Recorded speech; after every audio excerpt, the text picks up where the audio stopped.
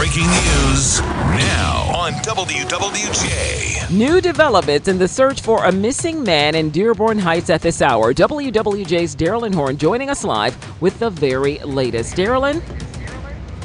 Good afternoon, Tracy. So I was able to speak to a Wayne County sheriff on the scene here at Hines Drive near Outer Drive, and we just learned from him that the body of that missing man, 30-year-old Yusuf Naeem, has been found in this area.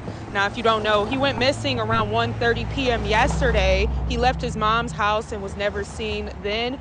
And today, hundreds of people in this community came out to help find him. Police were concerned after 24 hours had gone past, and they invited people in the community to come out and help search for him in hopes that they would find him alive. But unfortunately, the search has come to a tragic end just 2 hours into the search. Well, our top story at 3:03, a search is now underway in hopes of finding answers to the disappearance of Ashley Elkins, who has been missing for more than a week. WWJ's Darrylin Horne joins us live with the very latest. Darrylin? Good afternoon, Tracy. Sorry for the noise, but we're at a landfill in Lenox Township, and that's because sources are telling us that this is where they are searching for the body of 30-year-old Ashley Elkins. Now, Roseville police have not confirmed this information just yet. These are just sources that are telling us this information. It's our top story at 4:31. St. Clair Shores police have arrested a man involved in a robbery and a carjacking that took place at a grocery store. WWJ's Darrylin Horne joins us live with the details. Darrylin?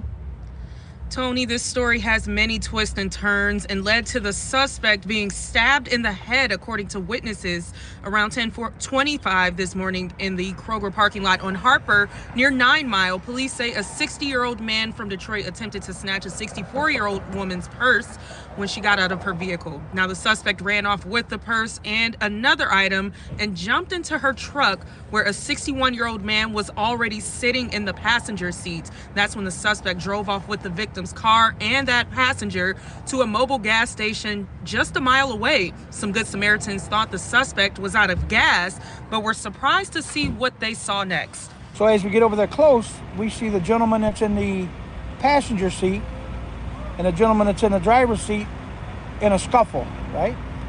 So once we seen that, we realized they're not out of gas, something's going on. So no sooner than we decided to walk back away from it, the gentleman that was in the driver's seat got out, his face was bloody, and he started walking this way.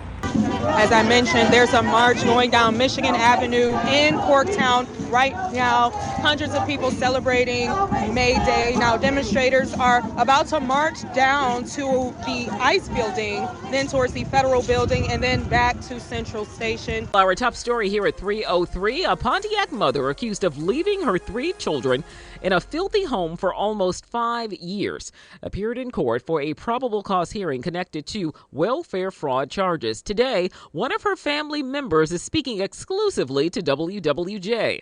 Our Darrylin Horne joins us with the latest. Darrylin? Tracy, in court, you can see 34-year-old Kelly Marie Bryant in tears after learning that her bond will remain at $50,000. Bryant has been charged with 3 counts of first-degree child abuse and welfare fraud for overpayments adding up to $30,000 over a 3-year period.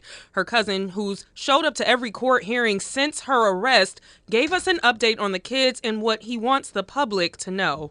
Everybody had an opinion on what type of person she was and all that, but nobody really don't know the good in her. She's a good person. And before all this came out, you know, she was out here helping other people with their kids. Now, he says the children are playing outside more and learning to walk correctly. Breaking news now on WWJ. WWJ News Time, it's 3:31. It's a shocking update to a story that we've been following all afternoon out of Southfield. Police in that city have a man now in custody that was allegedly wielding an axe while attempting to rob a bank.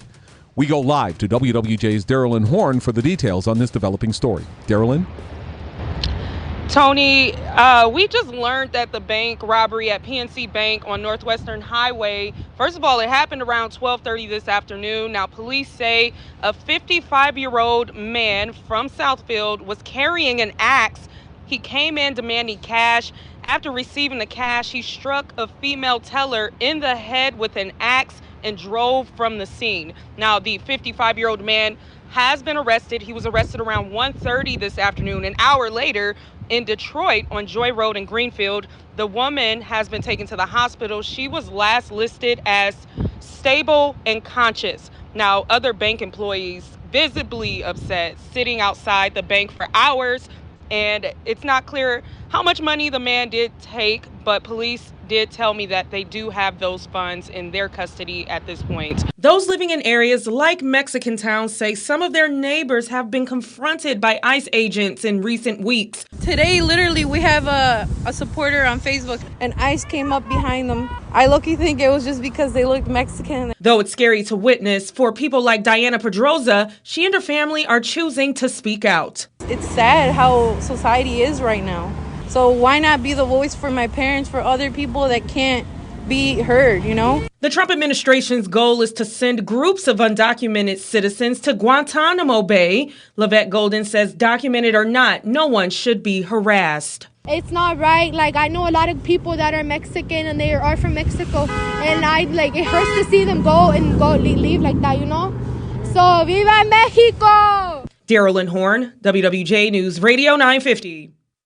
The University of Michigan's former head football coach, fired and then arrested on Wednesday, is facing serious charges. Here's WWJ radio reporter Darrylin Horne. Before it was announced that Sharon Moore was fired for an inappropriate relationship with his executive assistant, an assault was reported to police. He's now been charged with home invasion, stalking, and breaking and entering into her home. The prosecutor details what he allegedly did after breaking in. Grabbed several butter knives. I'm going to kill myself. I'm going to make you watch. My blood is on your hands. You ruined my life. Moore's attorney says his client will post his $25,000 cash surety bond. Darrylin Horne for CBS News, Ann Arbor, Michigan. A woman is still thriving in business after opening an upscale pizza bar in downtown Detroit. I'm Darrylin Horne with your Michigan Small Business Report. It's just one of those things that is just kind of a perfect setting, perfect food, perfect everything. Lisa Walters is the owner of Moots Pizzeria and Bar. Pizza's obviously our specialty, but we also have garlic nuts that are to die for, salads, pastas. She opened Moots in 2019 because of her passion for bringing people together, and she collaborated with her friend who has a passion for pizza. Pizza's been his life since he was 15 years old, so without Tony and his expertise in food, that always makes people happy. Any advice to those who want to open a business? But you still should write those standard operating procedures, and you should still revisit them as the years progress, because as you grow and get busier and add staff, you need to be able to refer back to them so they can be well informed and continue to run the business the way that you wanted them to run it. Darrylin Horne, WWJ News Radio 950.